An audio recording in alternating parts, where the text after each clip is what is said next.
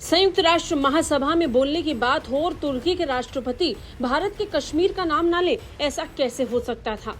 तुर्की के राष्ट्रपति ने भारत के कश्मीर का नाम लेकर जहर उगला। अपने आप को मसीहा दिखाते हुए तुर्की के राष्ट्रपति बड़ी बड़ी बातें बोल रहे थे। राष्ट्रपति एर्दोगन ने यूएनजीए में कश्मीर का मुद्दा उठाया और भारत पाकिस्तान के बीच सीज फायर की सराहना की। उन्होंने समाधान के लिए यूएन प्रस्तावों की वकालत की, जबकि भारत ये कई मौकों पर स्पष्ट कर चुका है कि भारत के लिए कश्मीर उसका आंतरिक मामला है, जिसमें किसी भी देश का हस्तक्षेप वो किसी कीमत पर बर्दाश्त नहीं करेगा। लेकिन इसके बावजूद बार बार पाकिस्तान के प्रवक्ता बनकर तुर्की संयुक्त राष्ट्र में इस मुद्दे को उठाने से चूकता नहीं है। We are pleased with the ceasefire achieved following the tensions last April between Pakistan and India, the tension which had escalated into a conflict.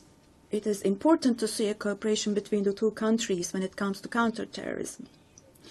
The issue of Kashmir should be resolved on the basis of resolutions of the UN for the best for our brothers and sisters in Kashmir through dialogue, we hope. Erdogan ने कहा कि आतंकवाद से निपटने के लिए भारत और पाकिस्तान को एक दूसरे के साथ होना जरूरी है। उन्होंने तो उम्मीद जताई कि कश्मीर मुद्दे का समाधान संयुक्त राष्ट्र के रेजोल्यूशन के आधार पर होगा, जबकि भारत कई बार कह चुका है कि किसी भी कीमत पर भारत किसी तीसरे पक्ष को हस्तक्षेप करते हुए इसमें स्वीकार नहीं करेगा। एर्दोगन ने अपने बयान में कहा कि अप्रैल में पाकिस्तान और भारत के बीच हुए तनाव के बाद हुए संघर्ष विराम से हम खुश हैं, जो तनाव बढ़कर संघर्ष में बदल गया था। आतंकवाद विरोधी गतिविधियों के मामले में दोनों देशों के बीच सहयोग देखना महत्वपूर्ण है। हमें उम्मीद है कि कश्मीर मुद्दे का समाधान संयुक्त राष्ट्र के प्रस्तावों के आधार पर होगा। कश्मीर में हमारे भाइयों और बहनों के सर्वोत्तम हित में बातचीत के जरिए ही किया जाना चाहिए। बता दें, पहलगाम आतंकी हमले में 26 निर्दोष लोगों की मौत के बाद पाकिस्तान के कब्जे वाले क्षेत्रों में आतंकी ठिकानों को निशाना बनाकर उन्हें तबाह किया था। भारत ने ऑपरेशन सिंदूर को सफल किया।